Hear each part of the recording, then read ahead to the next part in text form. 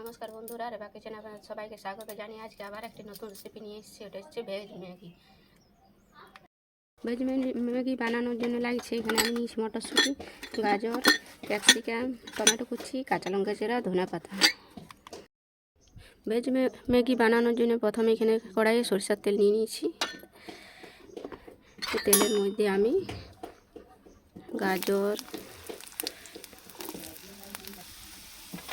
এর মধ্যে আমি ক্যাপসিকাম কুচি দিয়ে ভালো করে নাড়াচাড়া করে নেব।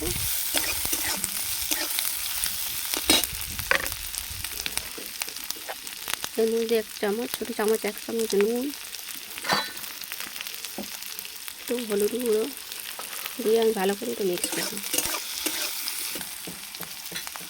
এর মধ্যে আমি সামান্য একটু জিরা গুঁড়া, একটু শুকনো লঙ্কার গুঁড়া দিয়েছি।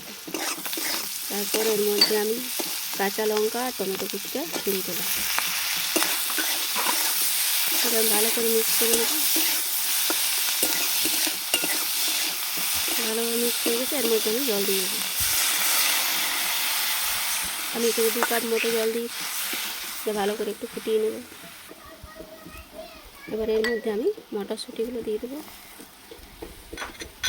আর এখানে আমি ম্যাগি দুটো ম্যাগি করছি, 2টো ম্যাগি আমি দিয়ে দেবো। এবার এর মধ্যে যে পাস্তা মশলাটা ছিল সেটা আমি দিয়ে দিলাম, দিয়ে ভালো করে নেড়ে নেব। এটা একটু ভালোভাবে সিদ্ধ হয়ে গেলে, এটা ভালোভাবে সিদ্ধ হয়ে গেছে। এবার এর মধ্যে আমি কিছুটা ধনে পাতা কুচি ছড়িয়ে দেব, দিয়ে ভালো করে নেড়ে চেড়ে আর নামিয়ে দেব।